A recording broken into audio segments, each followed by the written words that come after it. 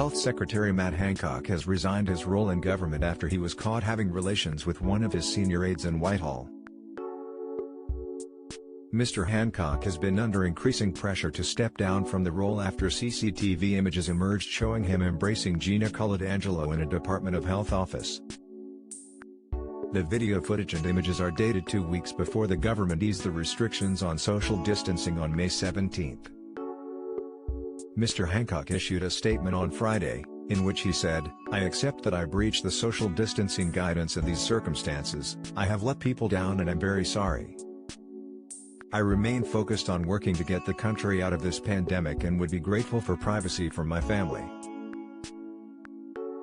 This isn't the first time Mr. Hancock has faced scrutiny this year after it was recently revealed he broke the ministerial code with an NHS contract awarded to people close to him. Prime Minister Boris Johnson's senior aide, Dominic Cummings, also leaked WhatsApp texts between him and Mr. Johnson in which the health secretary was referred to as hopeless. Matt Hancock resignation statement in full. Mr. Hancock resigned through a signed, headed letter addressed to the Prime Minister on Saturday. The letter read, "Dear Prime Minister, I am writing to resign as Secretary of State for Health and Social Care. We have worked so hard as a country to fight the pandemic. The last thing I would want is for my private life to distract attention from the single-minded focus that is leading us out of this crisis.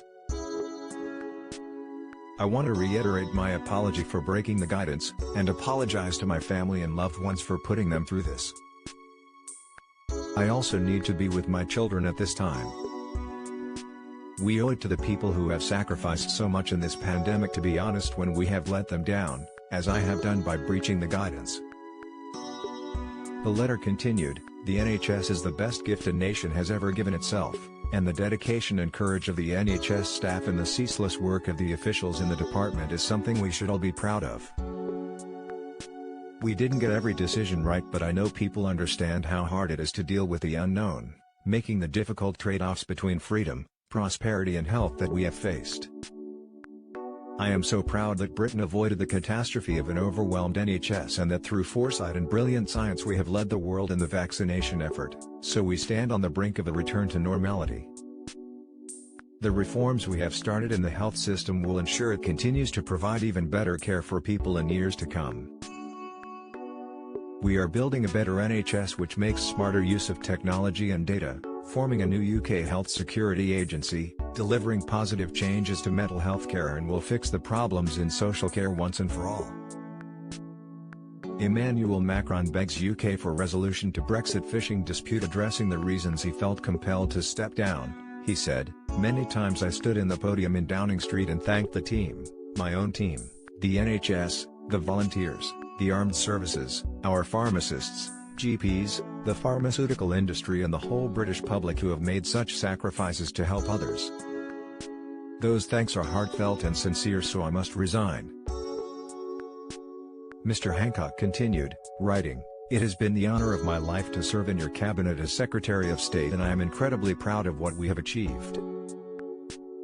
I will of course continue to support you in whatever way I can from the backbenches, and I would like to thank you for your unwavering support, your leadership and your optimism, particularly as we work together to overcome this awful disease."